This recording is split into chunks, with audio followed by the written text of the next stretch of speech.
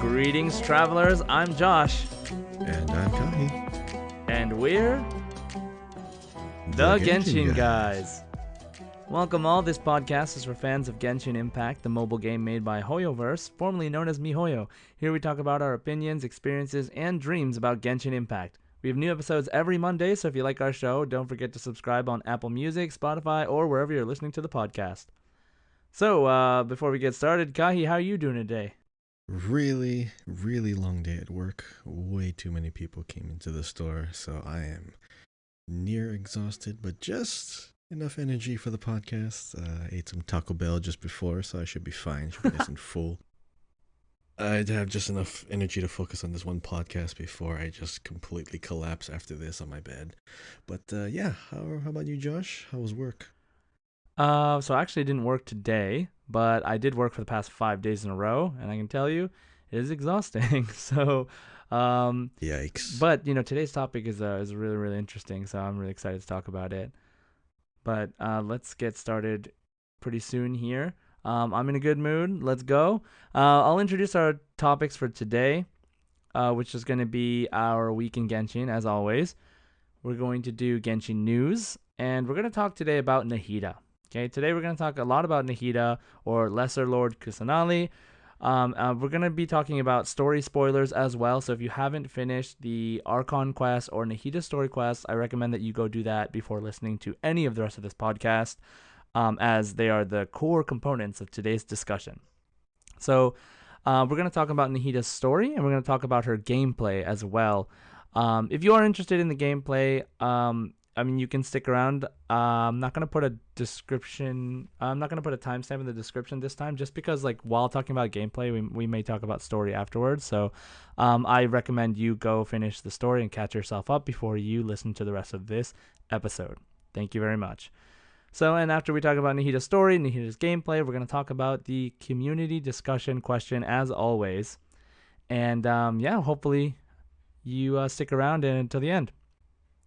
So, before we get started, though, I do want to give my own Twitch channel a shout out. So, twitch.tv/jside. And I'm trying to currently get 30 followers, preferably from the podcast, to come check out my channel. I'm going to be streaming Genshin all throughout this next week. And, if you stop by, please drop a follow, come talk in the chat. We're going to be talking about lore stuff, playing the game, doing some farming, etc., etc. But once I hit my goal of 30 followers, then I will do a live stream with a bunch of exclusive things that I've got from Japan and from the Genshin cafes, collaboration cafes here, as well as some manga and some art books and things that I've got that I would love to show you on a live stream. But I want to make that the sub goal, or the follower goal. So if you would like to stick around, please come join my Twitch channel, and let's have fun playing Genshin together. Thanks. So let's go ahead and get started with our first topic, which is, as always, our week in Genshin. Okay, so our week in Genshin. Kahi, what have you been doing this week? So far, I have been practicing my Nahida team rotations. So my current team as it stands is Zhongli, Raiden Shogun, Mona, and Nahida. Of course, I don't have Venti, and I really don't feel like I need Venti because I have Kazuha if I need like an animal swirl person, and he's just cooler. So basically, my rotation has boiled down to just Zhongli shield first, Raiden Shogun E/, and then retreat with Mona's E ability to leave like a little taunt and Hydra applicator. And while the pillar and the water taunt is actually like pulsing, I get electro slashes, so I'm getting like a little shield shard if I need one, or if I wanted some extra elemental reactions. And then now that everyone is kind of gathered at the pillar and the taunt, I just, get Nahida's little ability and kind of like snapshot all of them, because they're going to all be right in front of me anyways, because they're all gathering to that spot.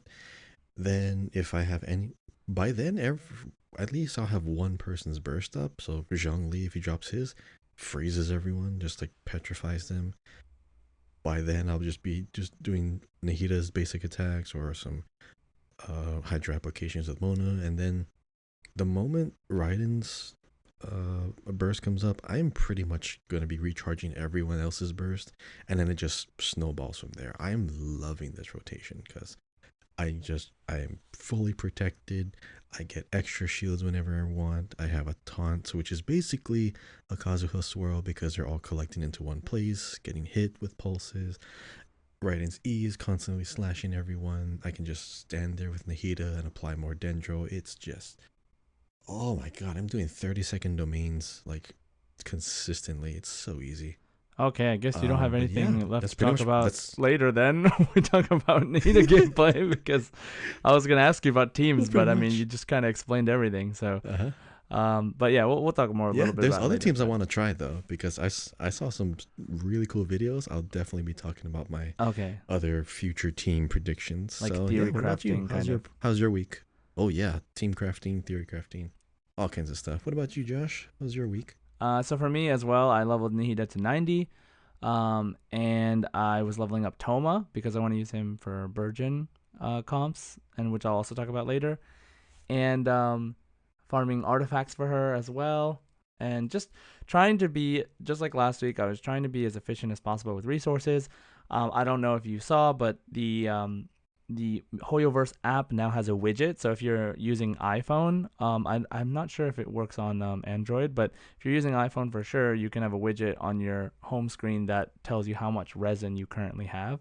So I'm like, whenever I'm at work or something, if I have like a second and I see my resin's getting close to being full, then I will like sign in and just condense it, and just trying to be as efficient as possible, not to waste any of it. I've used a bunch of my fragile resins already. I still have like 30 something of them left, and I'll get more when I do the battle pass. But I'm trying not to use too much of them, just in case. But I have been just trying to play the game as much as possible. What I'm not looking forward to is farming for like the area specific resources. So right now I'm trying to get my Hazo to 90, and so I have to go get the beetles, which is nice. I can collect them with Nahida's skill.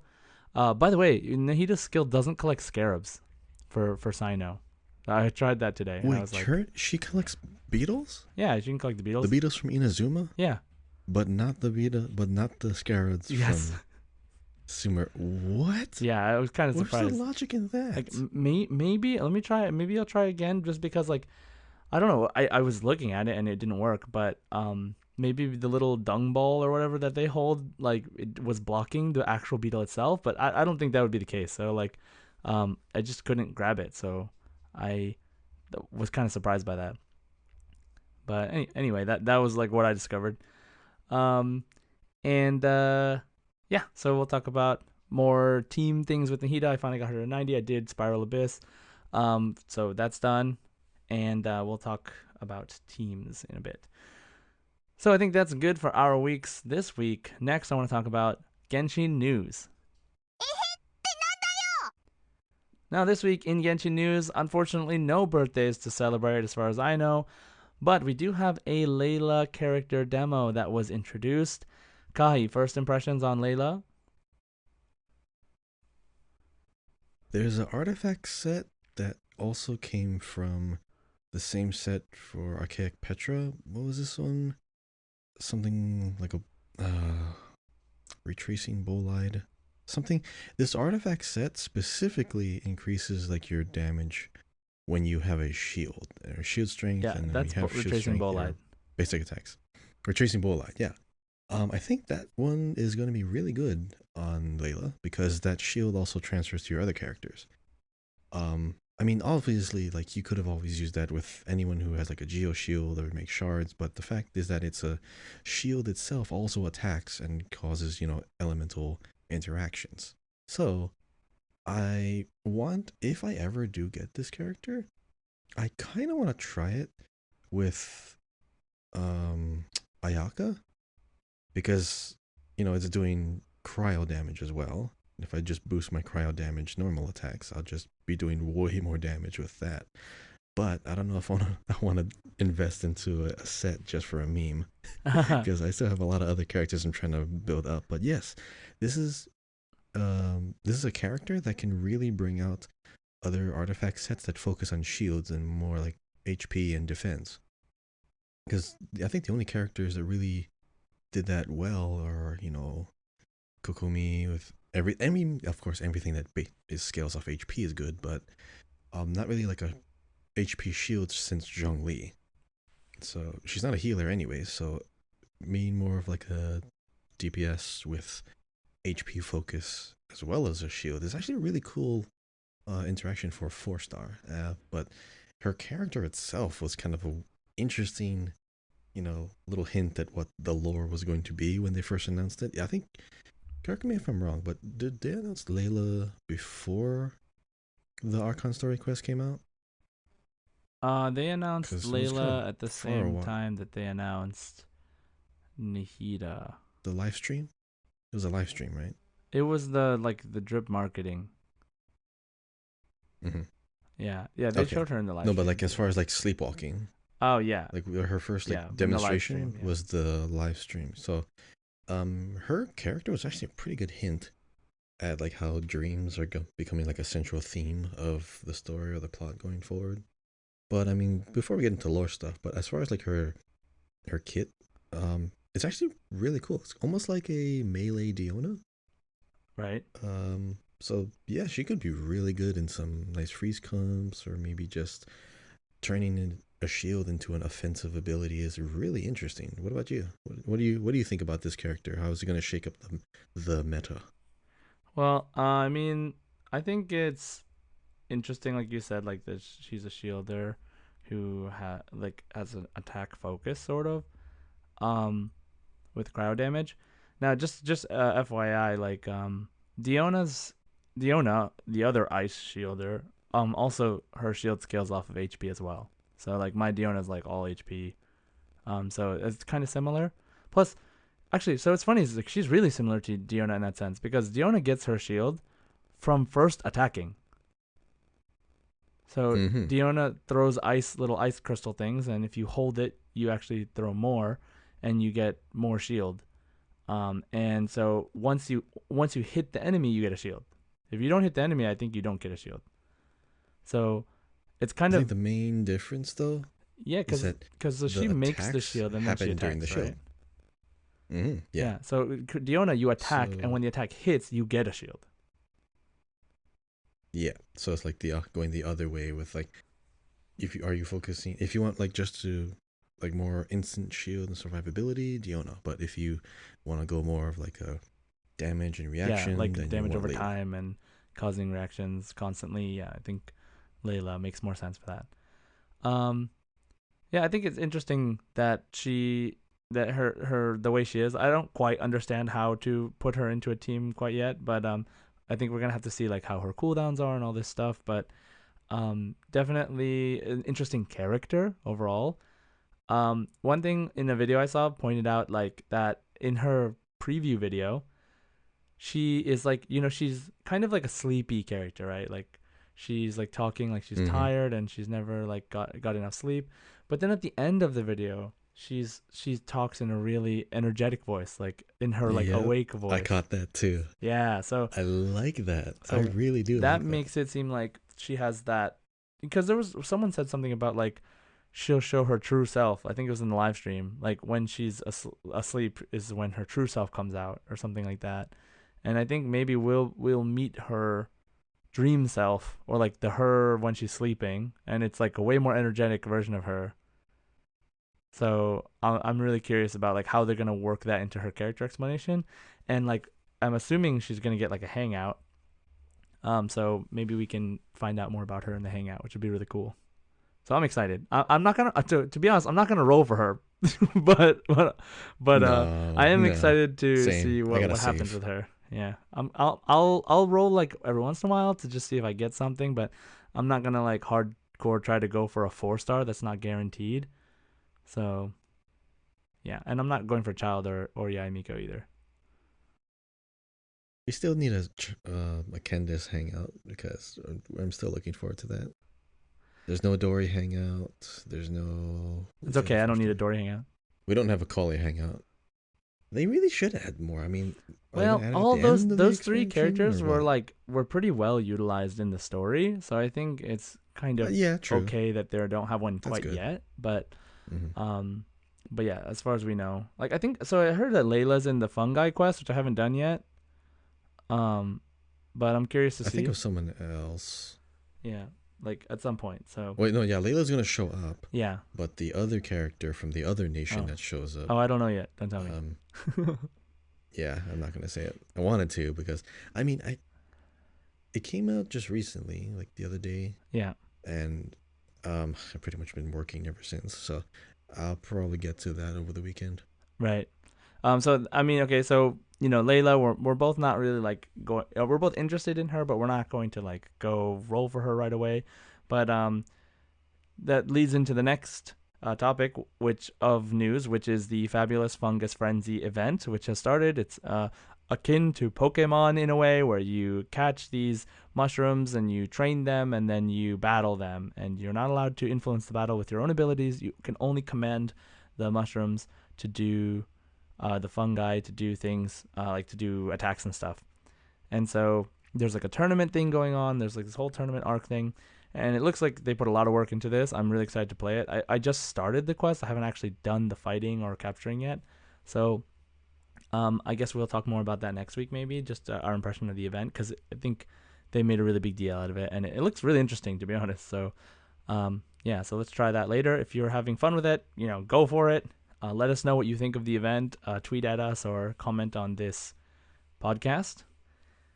And the last thing I want to mention is that they released a video about the Ancient Kingdom Guardians, and it's like the behind the scenes for like how they designed like the rune monsters, by the team, the Hoyoverse team, and it's I think it's in Chinese with like subtitles of whatever YouTube channel that you go to. So pretty interesting, just insight into the design. Like first thing that they mention is like that these are not living beings that have like a community in the same sort of way that like some of the enemies you fight are humans, and then the other ones are like animals or like creatures, or like hilichurls. But then they have these things that were originally designed to be the protectors of Kainria, and like they're kind of just around and they're like meant to kill basically. And they talk about the design philosophy, and it's pretty interesting. So if you're interested in behind the scenes stuff, I definitely recommend checking out on the YouTube channel. Um, that is basically all the news we have actually for this week. So um, let's get started talking about Nahida. Okay, Kahi, you ready to talk about Nahida? Yes. Oh man, the Archon quest and their story quest was great. Love it. There's Yes. more fighting in this one than any of the previous ones, by the way. Oh yeah, definitely. So, okay. So before we start talking about like Nahida's actual story quest, I want to talk about how Genshin, how the world of Genshin has changed after completing the Archon quest.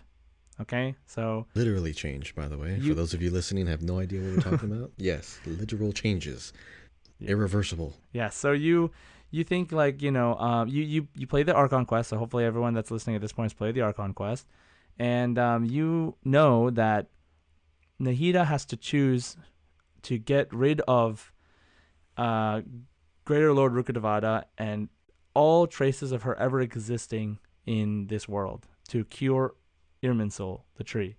That's the only way she's going to do it. She has to make this decision, and she does. And so you go on with the Archon quest, and then you finish it, and then you basically can play, and everything seems normal. But actually, many, many things have changed. Hoyoverse has put a lot of attention to detail into this specific point that the world has changed and has been rewritten completely. So I did some research, went online, looked at some things that people have caught. One notable YouTube channel that I want to highlight is Cat with Blue Hat, and I they love that guy. it's great, and they have like all these like like did you miss this lore video kind of things where they point out little details in the game that many people missed the first time through, and it's very very interesting. Now, the first thing that you need to know about this change is that Rukkhadevada was erased from the world's timeline as if she never existed. So it means like the way that people understand that the Dendro Archon has been around is totally different now. So originally, Greater Lord Rukkhadevada died about 500 years ago, and then Lesser Lord Kusanali, Nahida, was born at the same time. But now everyone believes that Kusanali just lost her original powers and memories from 500 years ago, but that it's been her all along from the beginning. So this implies that she's one of the original 7 Archons. So from what we know so far, Zhongli and Venti are the only Archons that have actually been there since the original 7 Archons. And Nahida is now considered, supposedly, implying that from everything that happened, that she is the original Dendro Archon that has always been there, but that's not actually true. Like, we know that is not true. But every Archon remembers her as being there, based off of the voice lines that Venti, Raiden, and Zhongli have. And one thing I want to point out is that, like, so some people, so like in one of the videos, every Archon remembers Kusanali as Buer. And so I think that she was originally Buer anyway, and that like Scaramouche and the Balladeer referred to her as Buer, and like we know before you did all the erasing, like she was Buer. I think that's just the mantle that's handed down to the Dendro Archon from because she was reborn. So I have no doubt that like she's known as Buer, and so was Rukkhadevada. So they also like Rukkhadevada in the story says that she is her, like she is reborn as her, like so that's not wrong. Like she only exists because of Greater Lord Rukkhadevada, right? That's really important. So these are things that they, that things that we imply about the story based off of what happened. Now, in the actual game, in the information found in the game, a lot of things have changed. For example, Nahida's own profile, her character profile, does not mention Rukkhadevada anymore. If you look online, you'll see references. If you're still playing the game and you have not passed that point, or if you're with a friend who is at that point but they have not completed the Sumeru Story Archon quest yet, you can check their Nahida character profile, and it does mention the world as we knew it up until that point. So Greater Lord Rukkhadevada died and was reborn, but in the current Nahida's profile does not mention it at all. As well as in the Aranara quest, I don't want to spoil too much of the Aranara quest, but one of the Aranara refers to the Aranara as the children of Queen Arayani, who is Rukkhadevada. But now they just refer to the Aranara as children of the Dendro Archon. So what's funny thing is like Kahi, did you finish the Aranara quest? Nope. Yeah, okay, I didn't either, okay? But no, not yet. One of the things that they say, even from the beginning, is like the theme is like, in the end, the forest will remember. But they all forgot. They all forgot that poor things. that Greater Lord Rukkhadevada existed because she was erased from the timeline. So, and remember, only people that actually remember this supposedly is the Descenders who have come from other worlds and are not as involved in this world. Meaning you, Traveler, and maybe a couple of other people, 3 or 4 other people are said to be also not from the world, but 3 specifically. 3, right? Because you're the 4th, right? So, but that's not including your sibling, right? And so that's the thing is about the sibling is tricky. Is like, does the sibling remember? Like, if we meet the sibling, will their memory have been erased? We'll see what happens. So everybody forgot, even the children of the forest.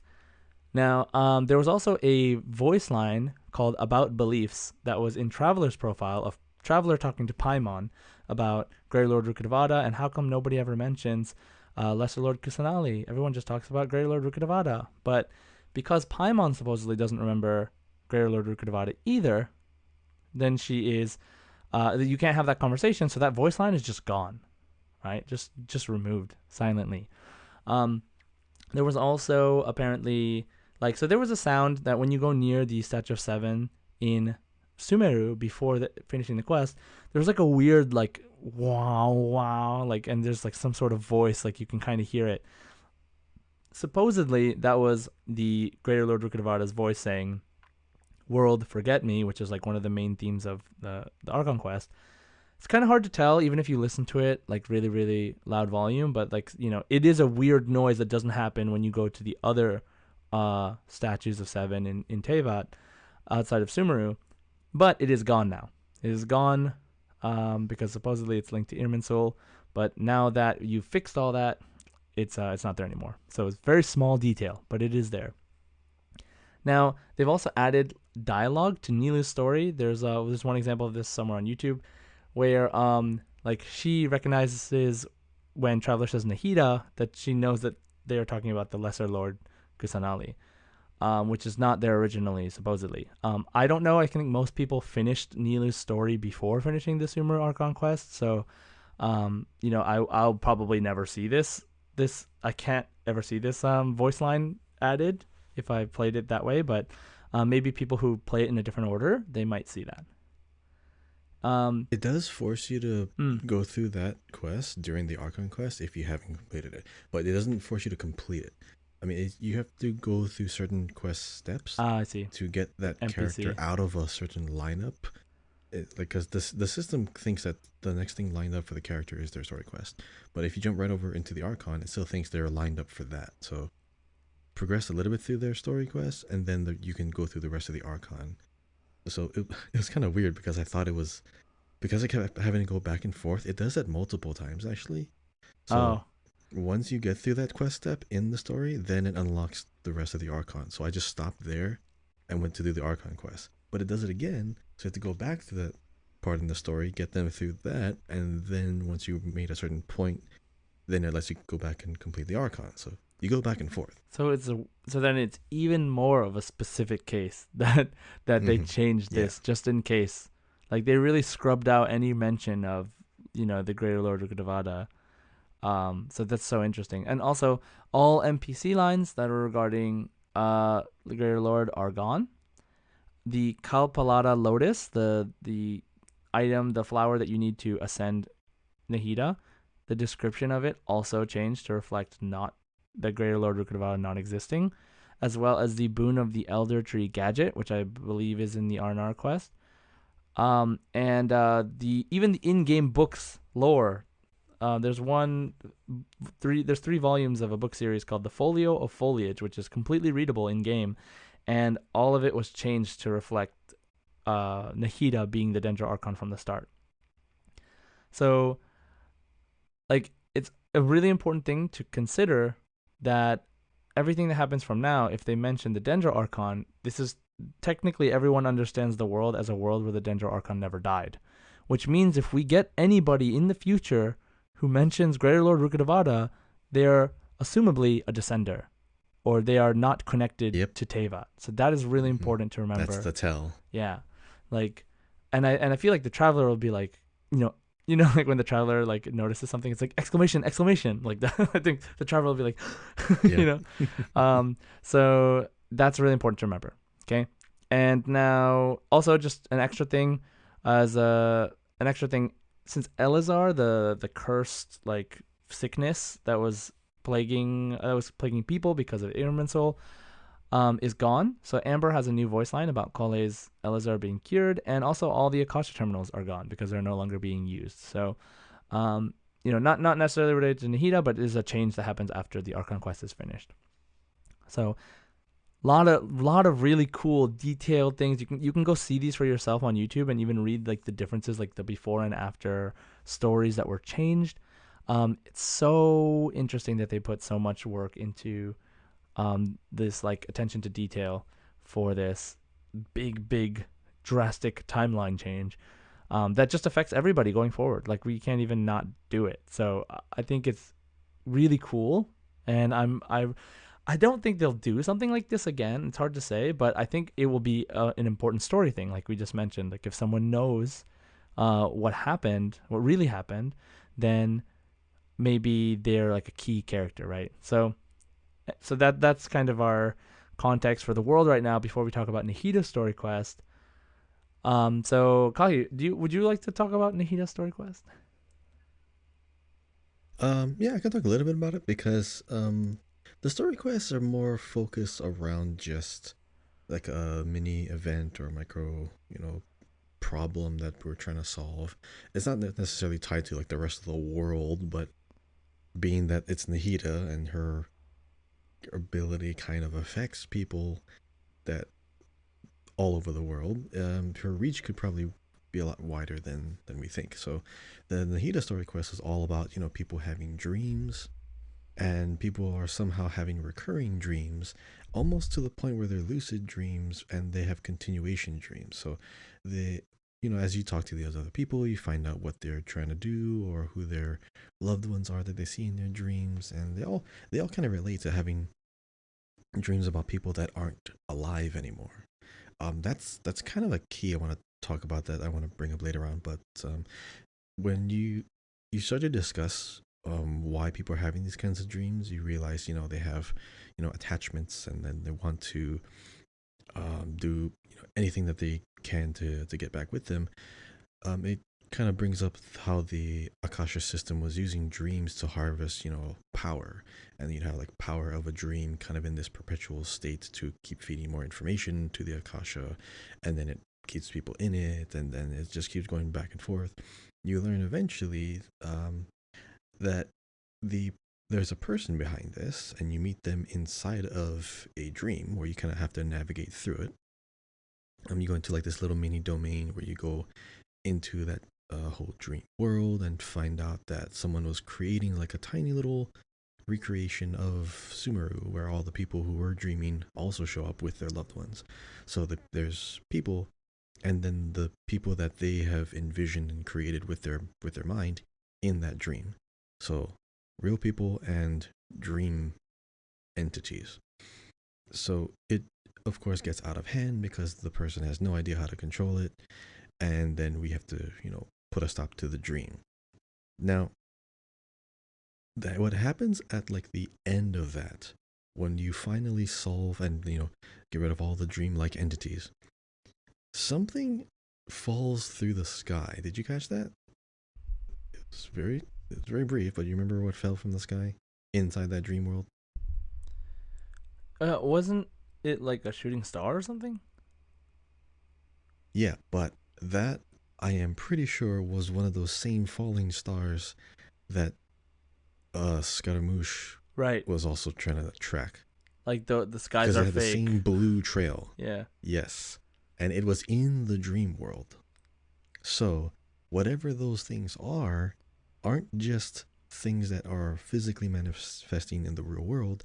They pierce through dream veils. They pierce through like dimensions and realities, apparently.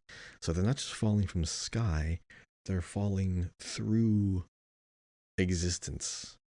So, even Nahida was like, Nahida didn't look and say, "Oh, that's cool." She started to think because she had no idea what that falling thing was. But it was so brief that she didn't give it any kind of thought, and it's just everyone left the dream world. So Nahida, I'm pretty sure Nahida doesn't know what that is, which make which to me suggests that it is also like otherworldly knowledge, something that she doesn't know about in this world. That because it makes sense, right? Because it's anything that she forgot was about something that the world itself, it came from this world. Things Right. that she had to forget were things that came from outside the world. That's what healed the tree. I mean, otherworldly knowledge is what corrupted the world in the first place. So for her to not know something is knowledge that's outside of this world. Us, the traveler, being the dissenter, we still remember because yeah, we came from outside this world, so we have something special as well. This thing goes through multiple realities, dimensions. So they're kind of calling back to the that first event, which I should probably just watch the whole playthrough of it because apparently there's a lot more knowledge that they're bringing back that they planted early on in the game. Yeah, like way early. Yeah, way early. So I this is one of the reasons why Layla was so interesting because her personality is, I guess you could say amplified when she's in a dreamlike state. She's sleepwalking. Right. The other character that I also want to keep my eyes on is Hu Tao. Now, um, the Genshin official Twitter, pretty sure put out a picture of like another holiday event coming up. I think it was like it kind of looked like a Day of the Dead festival. Do you remember seeing this picture? What? No, I don't. I think it I was don't either remember on their that. website. It was like just one like art piece that looked like a festival, and it was like a lot of warm lighting. It didn't look like it was in Liyue, so it was most likely another It place. It could be wasn't in the Halloween Sumeru, thing, right? but no. But it was like it kind of looked, yeah, it just looked like another lantern festival, but the background wasn't Liyue. That's I know that for sure. But I think some people were suggesting it was like a Day of the Dead festival type thing, like it's reminiscent of that kind of culture. And if it's going into that, I have a feeling that Hu Tao might be coming back because it's been a while since Hu Tao made an appearance at all, ever since like you know yeah Leeway, because she's never had any other mentions. She's never had any other events where she's a focus character. Because we've had the summer events where we brought Fischl in, we brought Kazuha in, we brought Shinyan in, and Mona. Um, so I mean, we even had the what was the other one? There's characters that have been recurring, like in the even in Mondstadt. Like all of the Mondstadt characters came back. So we're calling back older characters and kind of bringing and kind of overlapping them into the current events. Hu Tao is like the only one that I can think of that didn't make a reappearance since her first appearance. Hmm. I mean, she had a banner, but she didn't have any kind of like story tie-in. So, if I want, I want Hu Tao mainly because she's what was her thing that she's like a usher of the dead because Yeah. she's holding a ghost. That's a thing. That's an actual thing in the game. Yeah. That's so Just weird to like think how you about. have Dory. Yeah, when you have Dory who has a A Jin, Jin. Yeah. but then you have Hu Tao who has a ghost. Of like, is that is that just some kind of weird spirit of random Right. thing, or is that an actual person? Yeah. I know. It's Because so weird. even that, yeah, because these, I mean, when you talk about person being forgotten or someone being lost or someone lost to a dream world, and then you have people who are dreaming of dead loved ones and somehow they come back in this dream world, you're talking about dead people. You're talking about like people who have deceased can still have some way of finding their way back into this reality through some certain means. And if Hu Tao is an usher of dead to their dead realm, she might know something and she might talk about it. So this a lot of this stuff is still intertwined. A lot of this stuff is linked together. So Layla's a lore implication. Hu Tao's existence and character is a lore implication. I want to see the next holiday event. Whatever characters they bring back has got to be tied into what's going on now. Because Hoyoverse does a really good job at setting up future stories and setting up like I use this phrase a lot, planting seeds and letting them grow, and then you reap the benefits later on down the line. So you can have like other small story events going on in the future while something else is happening in the background. Yeah. So I think it's time. I think it's time to harvest Hu Tao's story. Yeah. I mean, I would love to see Hu Tao come back, What but did you think of Nahida's story quest? What was like the most interesting part through that for you? Mine's was the falling star.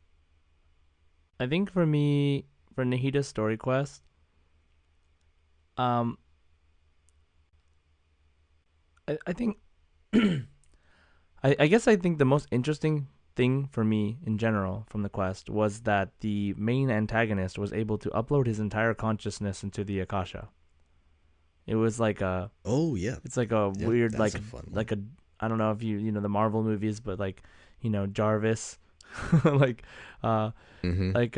Yep. Iron Man's Vision. computer gets his consciousness uploaded into a robot and he becomes like sentient and all this stuff, and it's just really like interesting that that's happening in this world.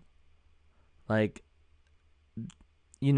like we're supposedly about to go to Fontaine, which is like where technology is, but everything that's happened so far with the Akasha and the researchers of the academia, it's kind of like magic technology.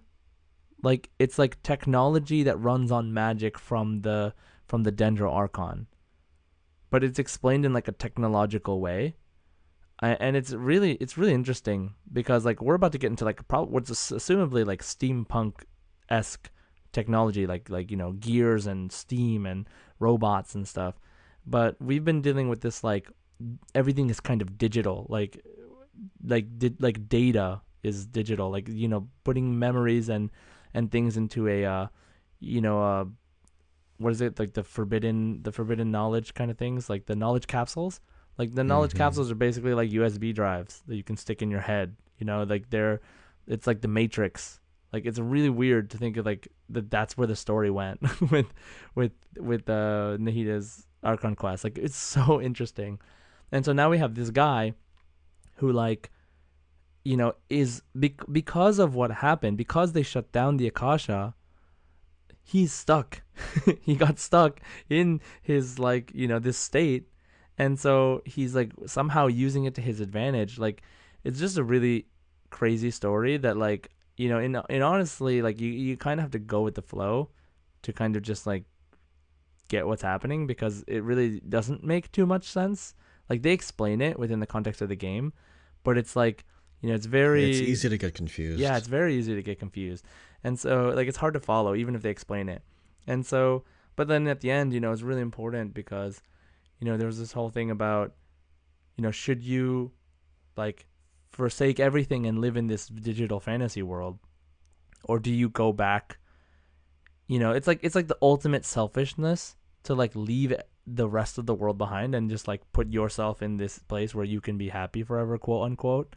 And then like but everybody was like, oh, I have to get back to this, I have to do this stuff in real life, and it's this like kind of understanding of course there's like the whole theme of moving on from like the loss of a loved one, but there's also this like what do I do with my life, and what is important, like what is real, and it is really interesting uh way that they approached, I think, with this whole like dreams are driving people to do things. And like you said, it's perfectly timed with like Layla being a character that like does that already. So I'm kind of surprised Layla didn't show up, honestly, in the story. Now that I think about it, like retroactively, like I wasn't expecting her to show up, but now that I think about it, I'm like, why didn't she show up? Like she's the ultimate person to be like, but maybe she didn't have a loved one, lost loved one, or whatever. So, um, yeah, I think that was really interesting for me. It's kind of like a whole digital thing.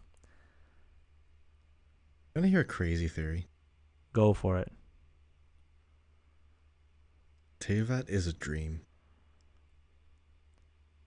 Is that a crazy theory? I thought that was like the working theory that we were talking about. Like, No, like, but it's someone's dream. Not just like a dream, but like a fake world, but like someone's dreaming of Genshin, someone's dreaming of Tevat, mm, and they're doing everything they can to make sure that they're like stay in that dream world, but maybe someone wants to wake them up.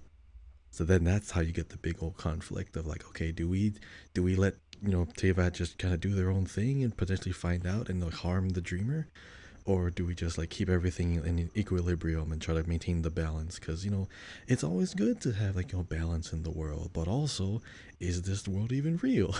well, if we Are if we we go locked in off something? of Who what we wants to get know, out? like I would, if I was gonna follow your like idea of like it's dream, so there's a host.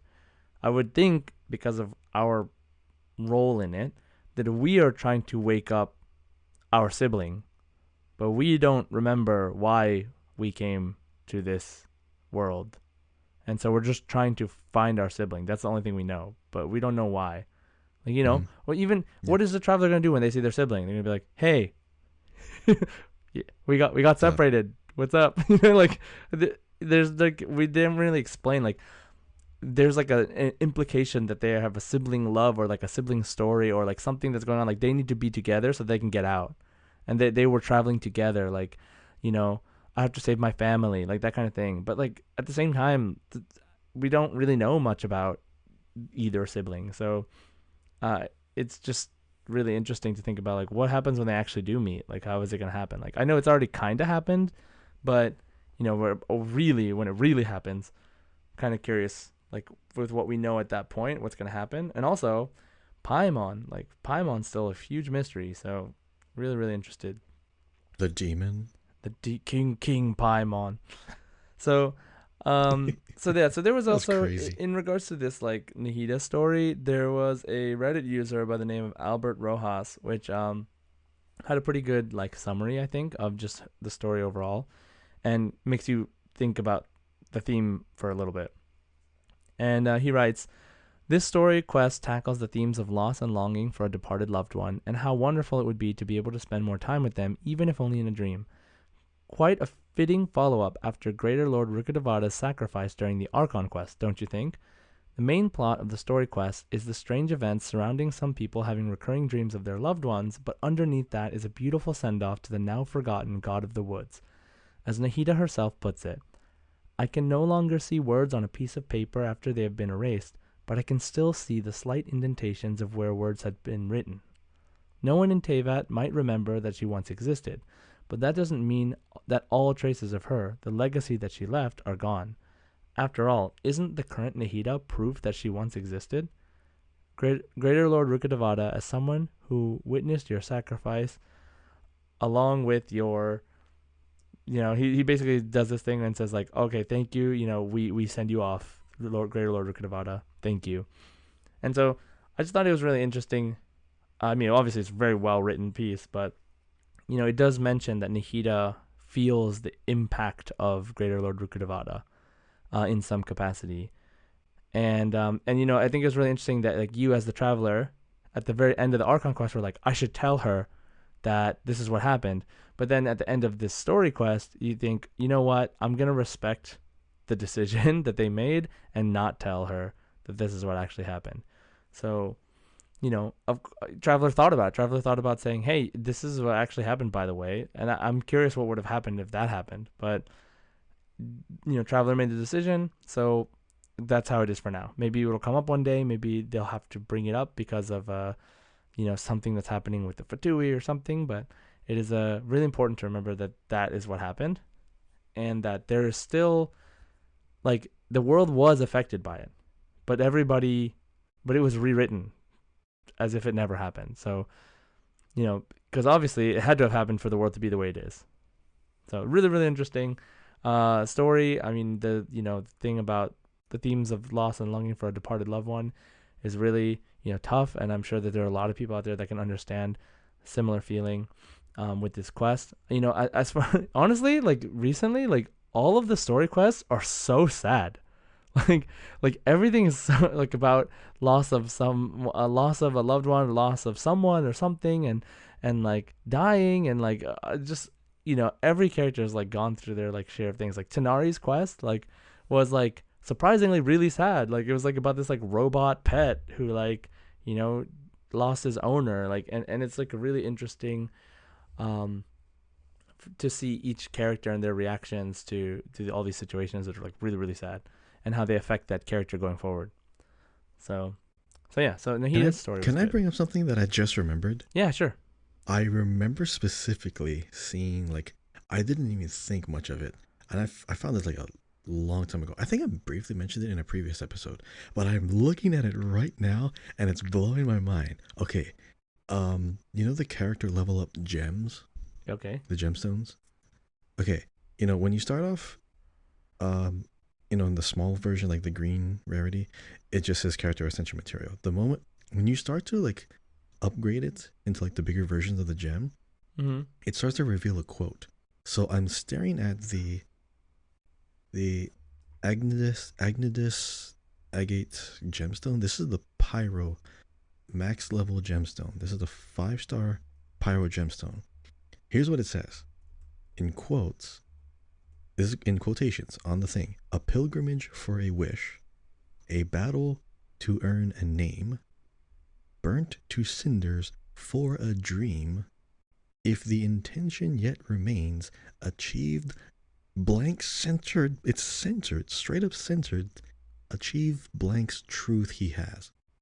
So, what caught my attention about the reason why I remember this is because so this Reddit user just said that Nahida said something about I can no longer see words on a piece of paper after they have been erased, but I can still see the slight indentations of where the words had been written.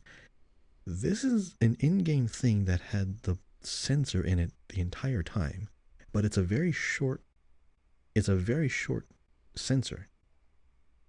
It looks like 4 letters. It's a very short sensor. So I'm thinking, is this Boer's truth? If the intention yet remains, achieve Boer's truth he has? Well, why? Wait, well, why? Because that sensor has to be a name. This is a pyro gem.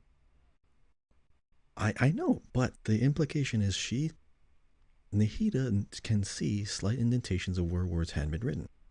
All right, let me give you another one. Burnt to cinders So for a dream. during the Okay. during that Nahida story quest, you know how like the characters that were like the loved ones of people that were like kind of puppets, they turned into monsters at the end. Mhm. Right. Like when they were monsters In the dream, right? in the dream, right? And they were still talking, like they were still like raw or whatever. And like some of the Yeah. subtitles said like, "No, that's not my name. My name isn't censor. It's censor."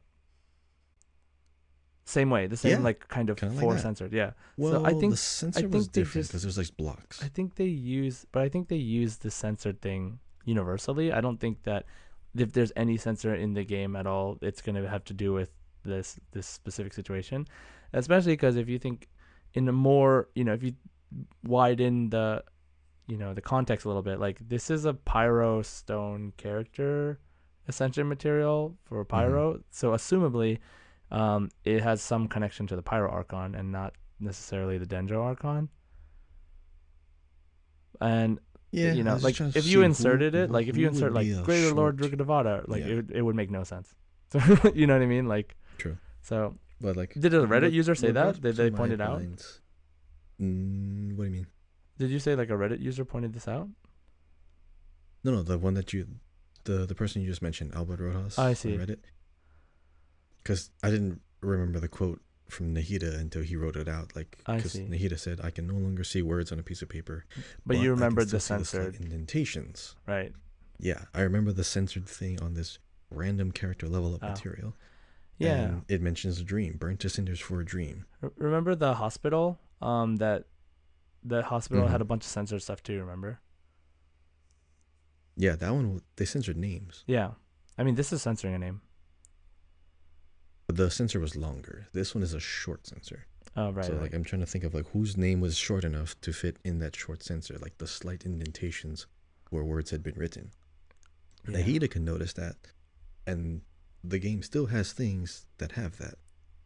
So I'm thinking this the word the focus is like dream. That key phrase is like a really cool way to like do a quick search on any kind of lore because like I know I mentioned this a lot in other episodes, but Destiny 2 kind of has the same thing where they have a very unique name or like a very oddly used, very unusually used word in a certain context, Okay. like in the middle of a story quest.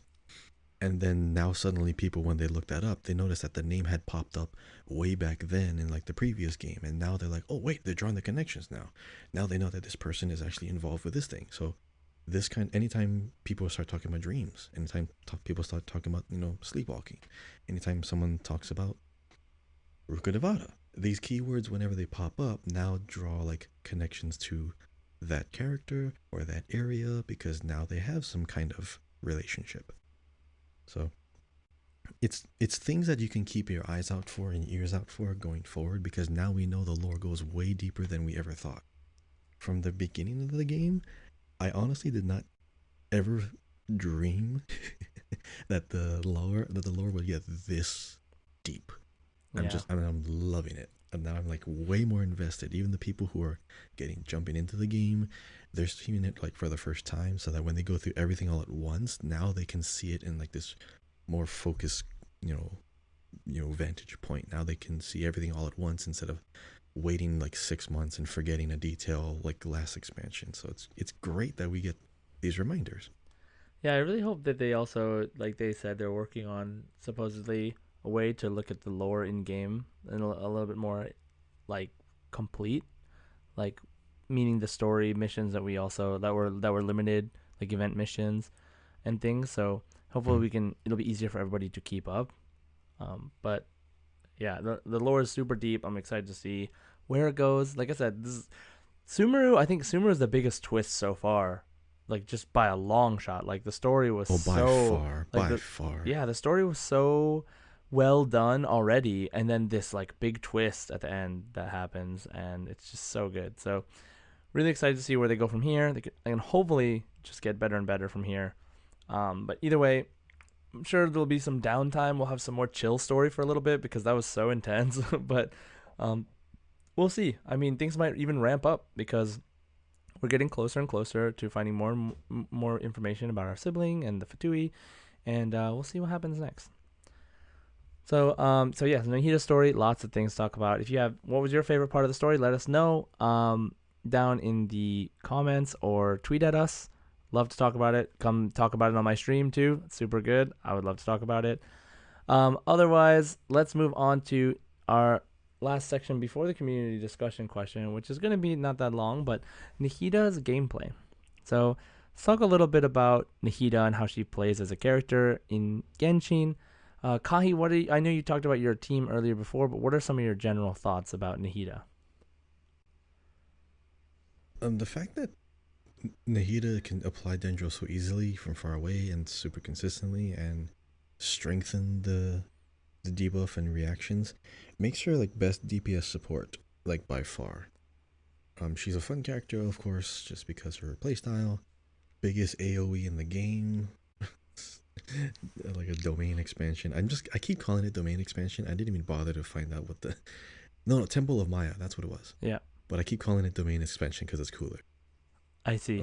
But yeah, I only recently realized you could do this with Pyro because I saw the effect. So when you applied Nahida's elemental skill where she tags all the people, when you apply Pyro to it, they just continue to burn because it's always gonna have Dendro, and the Pyro keeps interacting with it. I I don't know how I didn't think of that earlier. I just thought, the pyro eventually wears off. I'm used to that because all the other elements eventually, you know, overlap for a little bit and then take the place of the new elements. So I'm just not used to elements lasting so long on an enemy. Yep. So when I saw like someone use Nahida and Klee, and then they just throw like one, Jumpty Dumpty thing, and then they just kept burning the entire time they're on the abyss floor, I thought, oh my gosh, I think I found a new team. Because if I can keep Pyro on it and Dendro on it, I can then add like an overload team and just constantly get those explosions on it. So I really need to level up Dory now. Because Don't I don't worry. want to get too close. And yeah, Dory, because she has like the really long electro tether that heals. Right. I have Kuki, but like she's because you have to get too close Hmm. to get the electro application, it still might damage you. Because the pyro still Overload doesn't damages does, you too, but the overload doesn't damage you, right? right? But the pyro will actually kind of like burn you too. Because I've Right. seen people use Nahida Yeah. and like attack like a crafting table or like a cooking pot, and they get burned like in like 2 seconds Oh wow. because they're too close to the fire. They cause their own elemental damage reaction based on her elemental reaction or elemental mastery. Right.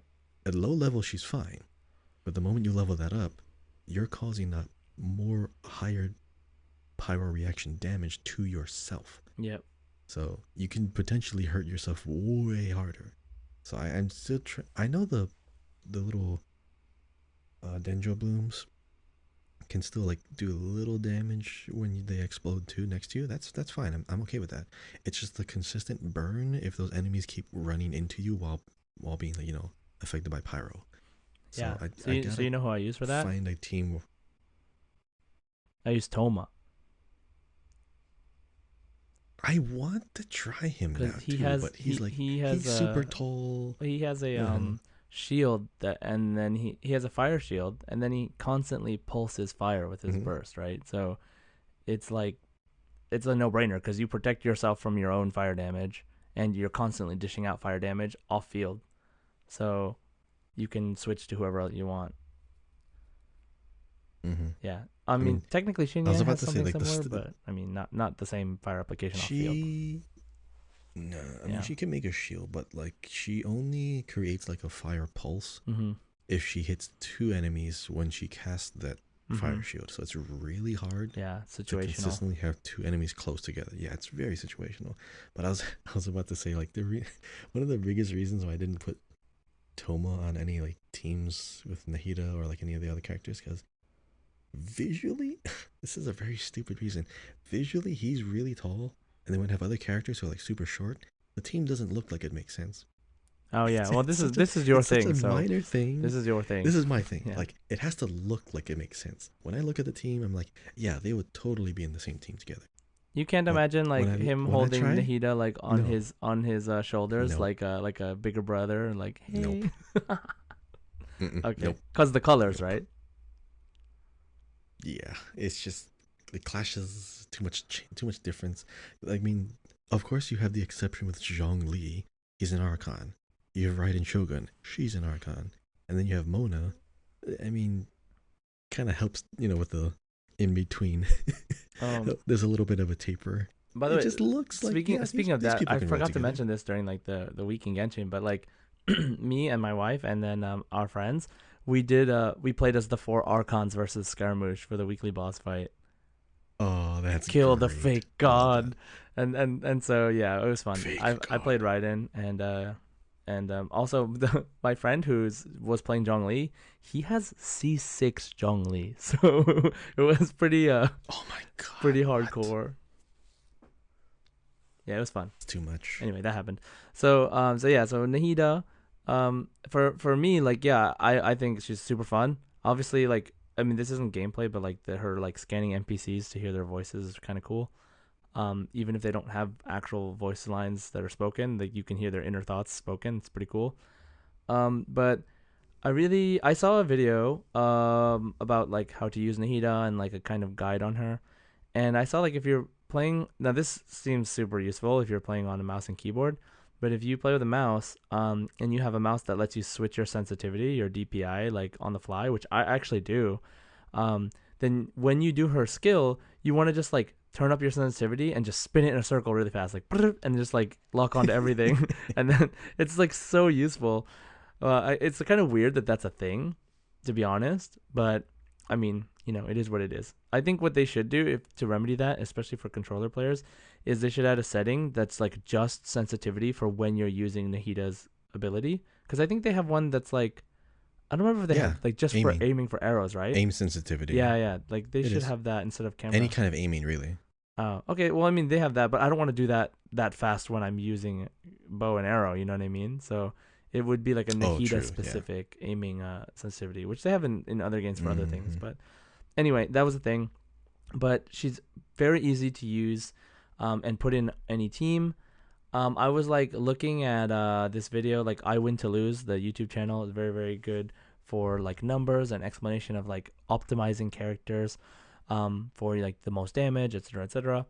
And like Nahida's so complicated. Like she can pretty much fit anywhere, but you kind of have to reorient her artifacts and things around her teammates and what exactly you want to do.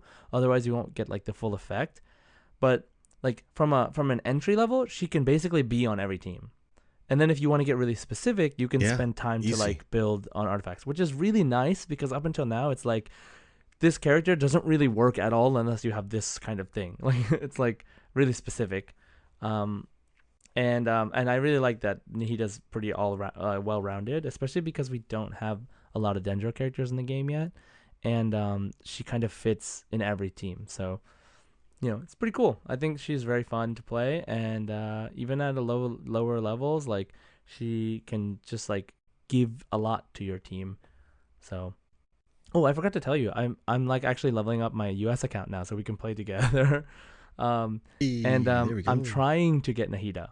on that account because I think it'll help me with collecting things Oh and man. just going through the whole game. So I'm just like rolling whatever I get into Nahida's banner. Hopefully I get it in the next week. But I'm still very very early. I'm still in Mondstadt, so I'll let you know when I get further, and then we can like start a, sort of experiment and do stuff. But yeah. So Nahida, anything else you want to note about Nahida before we move on? I mean, we could probably. I don't think we need to talk too much about team comps. You talked a lot about that already. I talked about my Burgeon stuff. Like I want to use. I think I recommend using Toma. Um, Obviously, Bloom teams are really good, especially for Spiral Abyss. Right now, if you're going to listen to this, and I think the day that this is releasing is going to be the last day of Spiral Abyss. So if you haven't done Spiral Abyss Mm-hmm. yet, or if there is a Dendro related Spiral Abyss, definitely really good. Any last thoughts, Kahi, on Nahida's gameplay? I think just as far as like a gameplay perspective, the she has like the longest lasting skill effect, so Yeah, you probably want to 25 apply second. it first. Yeah, that and Raiden Shogun. Her E lasts just as long. Right. But if you're gonna like do any kind of team rotation, you probably want to start off with Nahida and then just switch to the other ones. Good point. Because it'll just stick. So yeah, if you're trying to think of a way to use her, if you're trying to think of a team, just no matter what, it's probably just best and more efficient to use Nahida's attack first. But of course, you can play however you want. Do not follow my advice if you want to play a certain way. I'm just saying it might be helpful, might be beneficial. But yeah, she's a really fun DPS damage, support. It's like she's gonna be on like my main team for a while Oh because I yeah, had like my same. other two, Geo and Electro team, but Nahida is just like it adds a whole another level to it. So I want to do like more elemental mastery builds now. I want to do more. I can experiment more and still feel very powerful and efficient. Yeah, it's nice, right? Like she really does just like kind of fit anywhere. Um, I really like the feeling of not having to gather all the enemies but damaging them all at the same time. Like Yes. gathering is nice Oh man, that's and but like it's great. so cool when you like just burn everything on like one dude who's connected to everyone else and everybody dies. It's like a different kind of AoE, right? Like it's very cool. A different kind of crowd control, I suppose. But yeah, so that's cool. I mean, and great advice. Obviously, it's recommended, not required. So whatever you want to do, go ahead and do it. Now let's move on to our last section, which is the community discussion question.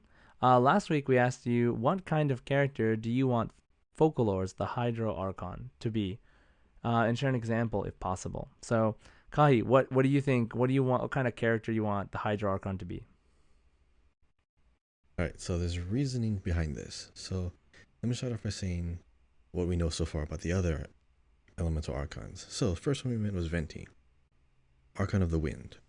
Wind in the game is always in reference to something of more of a free spirit, someone who is, they can do pretty much anything, are very natural, like, naturally like fun people to get along with. They're not very violent, they're not too rough around the edges, but they also like, have their calm. They also have their just, they're so like very like, um, in high spirits. So the very go with the wind, do whatever you want kind of attitude, which is pretty much what Venti is. He like does whatever he wants. He just has fun all the time. So that's kind of what wind is associated with. I don't think there's any like wind character that's like super violent or like super like aggressive. Like because all the animal characters are they have pretty much like mellow personalities. And then you have the Geo. Now you have Zhongli, who is very stoic, who's very um what would you say? He has a very like good temper, but he is very resolute. You have a lot of other characters who have that kind of stuff. You have Noelle, she's like very like loyal, she's very hardworking. So they have like a very resolute attitude. You have the Ito, right? He's like very like focused on something and he'll always go after it. So they have like intention. They have a lot of unwavering personalities. Right? Then you have a lot of the electro characters, who tends to be a little bit more unstable, but like have like really quick wits, quick times of like sudden outbursts of personality, or like not really violent, but like kind of like gets aggressive, but not all the time. So Interesting. their personalities can be channeled and be certain. They can.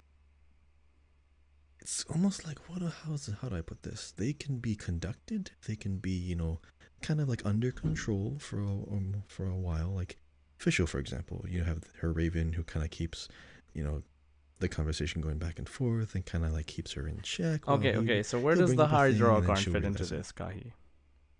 Hydro, the personality of water, can be very calm, but can be incredibly violent. Like waves, like you have mood swings, you have calm, still waters when you're fine, but when you get them on a rolling path, they would just go down a hill into like the waterfall and like cause like tidal waves. Like child. So I'm pretty sure, kinda, yeah. I'm pretty sure the Hydro Archon, the manifestation of that, is going to be a Tsundere character because she's gonna be really upset or really cute or like really calm. She's gonna have really violent mood swings. What is Tsundere, I'm Kahi? pretty sure. Tsundere is like you. She's like she acts like she doesn't like the character, but then all you love her when she opens up and it becomes all like mushy and soft. So like But a tough I want exterior, her. but like a soft interior, right? Yes, yes. I want that to be the character. Okay, well we'll see, right?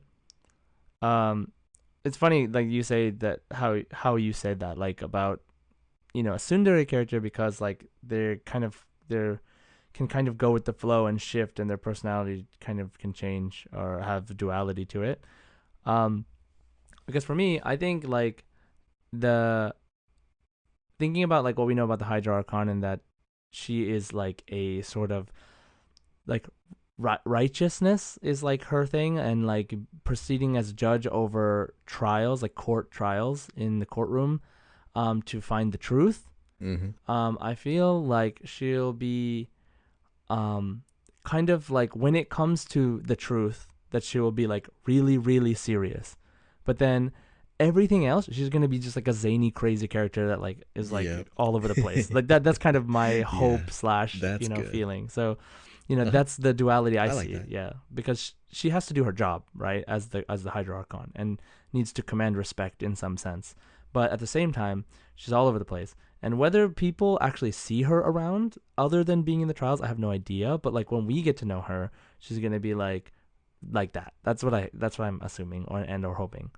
Because I think that'd be really fun. I think Venti's kind of like really like loose and like chill and like he tells jokes and stuff. But it's like not like that. It's like more of like he does feel more like freedom and he kind of just does whatever he wants. But I'm thinking more like she's like chaotic. You know what I mean? Like chaotic good. so Mm-hmm. so we'll Yeah. see. Um, so yeah, so let's go ahead and read some of these community answers. So Primo Gem is God says calm and cool, loves music and plays a flute, but I don't know why. So yeah, I mean why not? I mean I would love more flute and music stuff. Calm and cool, okay. Kahi, what's our next one? Griffles, a female mix of Phoenix Wright and Akechi from Persona 5 in his Moral Day form, not Murder Rampage form. Spoiler alert. Oh, Oh whoa, sorry. well, oops. I didn't really play that. Oops. Oops. I'm not Sorry. editing that Okay. out. Also expecting a Hydro Sword or Sword of Justice, but would love Hydro Claymore. Yes, yes, yes. I want Sword of the Justice. first Hydro Claymore sword user to be the Hydro Archon. Because the big Sword of Justice, I can imagine like Garen's ult from League of Oh my Legends, god. but in like a Ah, Hydro spin to version, win. like a big Ah. waterfall. Yeah, Spin to win. spin to win. Hey, Whirlwind, Whirlpool, who knows? Oh It could yeah, be there like you a go. cyclone of water. Yeah, I would love that. The first Hydro Claymore to be the Hydro Archon, I am totally down for that. Makes it even more of a bigger reason to roll for that character and save up. But 100%. I'm all yeah, what do you feel down. about this? Do you think? I mean, I'm just Yeah, down for of course. new element Mm-hmm. plus weapon types. You know what I mean? Like we still don't have a um a hydro sword user. We still don't have a cryo catalyst user. We still don't Wait, have Hydro Sword, Hydro Claymore. yeah, hydro claymore, sorry. Hydro greatsword. Yeah, there you Yeah, go. hydro greatsword user Mhm. and cryo catalyst user, which some people are saying would break the game because freezing stuff. And I don't know, like what else are we missing?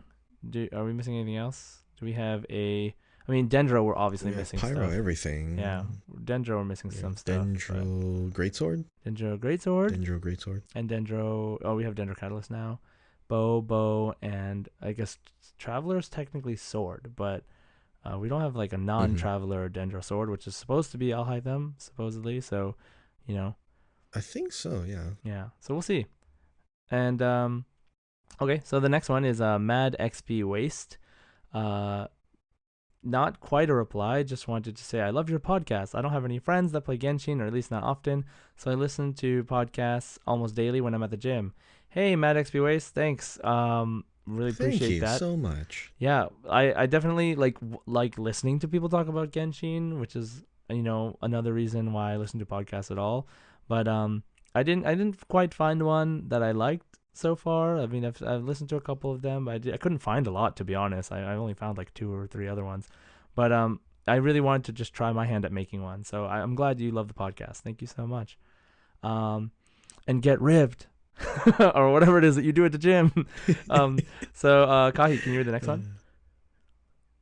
Uh, all right, next one is by Alchemy. I want the Hydro Archon to be somewhat petty because her whole form of justice seems somewhat petty, but she should also be adaptable like water, being Hydro.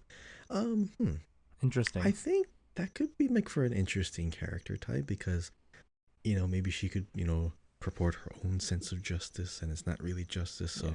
she presides over certain trials to like make sure that it goes a certain way, but then the rest of the trials are handled by an actual judge and, council, and then they actually kind of keep the country running properly. Yeah, And then I'm she shows up curious just on a whim. because like That could be cool. Raiden has That could her be thing of fun.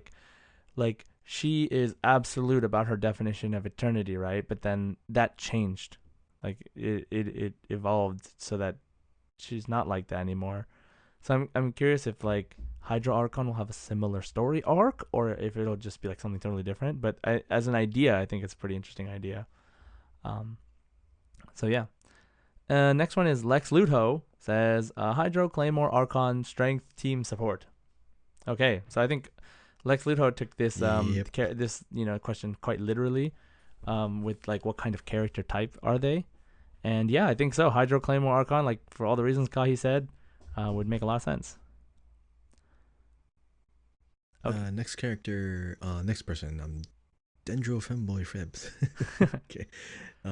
They want a calm character, maybe a bit gender neutral, but a girl boss. I can probably see that. Yeah, a catalyst user too, because water looks cool used as a catalyst. You know what? Yeah, there's Mona and Barbara and Kokomi, but none of them really are like all about flinging water as damage. Because I mean, Mona is kind of like more using water to like reflect starlight. Kokomi, who's more of a healer focus, and as well as Barbara. I want to see like all out like Hydro Assault character. That would be Oh cool. yeah, that'd be like a Um, damage focused because like yeah. these are like healer, Mm-hmm. right? So Yeah.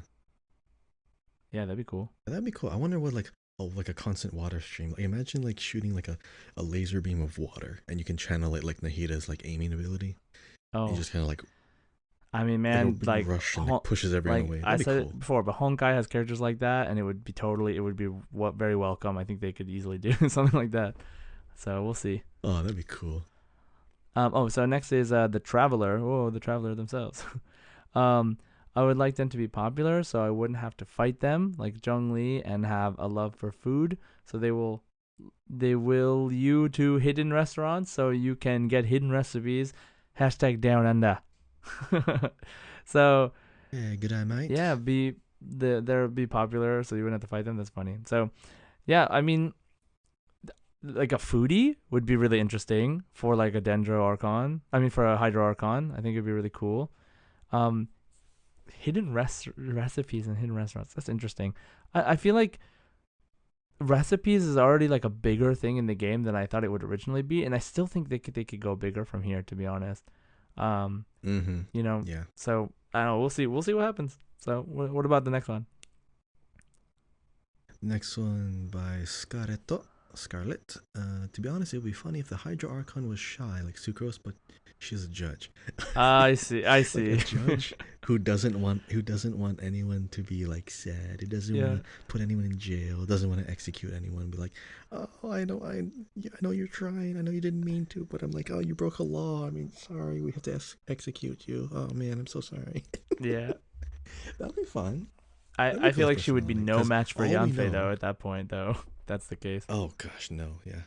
All we know is that Nahida says that her personality is interesting. That doesn't say anything.